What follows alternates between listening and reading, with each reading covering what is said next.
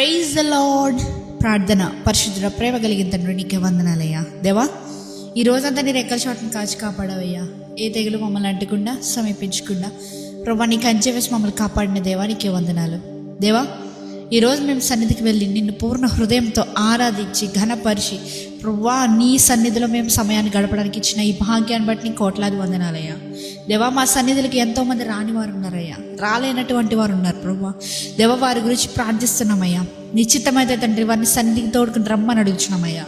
దేవా, వారిని పట్టి ఆపుతున్న ఏ రీజన్ అయినా కానివ్వండి అయ్యా.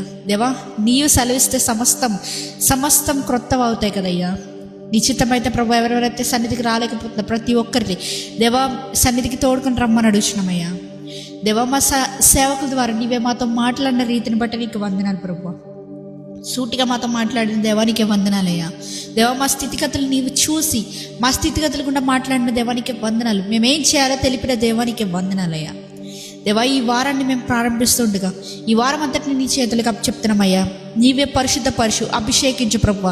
దేవా, మరి ఎన్నడమే చూడనంత అద్భుతమైన కార్యములు, అద్భుతమైన క్రియలు ఈ వారంలో నీవే జరిగించమని అడుగుతున్నామయ్యా. ఎటువంటి తప్పిదం జరగకుండా నీవే కంచె వేసి కాపాడమని అడుగుతున్నాం ప్రభువా. ఈ రాత్రి కల్ప సమయంలో మేము పండుకొని చూడగా ఏ విధమైనటువంటి చీకటి శక్తుల ప్రభావాలు మమ్మల్ని అంటకుండా దేవా నీవే కాచి కాపాడమని నజరేయుడైన యేసుక్రీస్తు నామములో అడిగి వేడుకొచ్చిన మా పరలోకపు తండ్రి, ఆమేన్.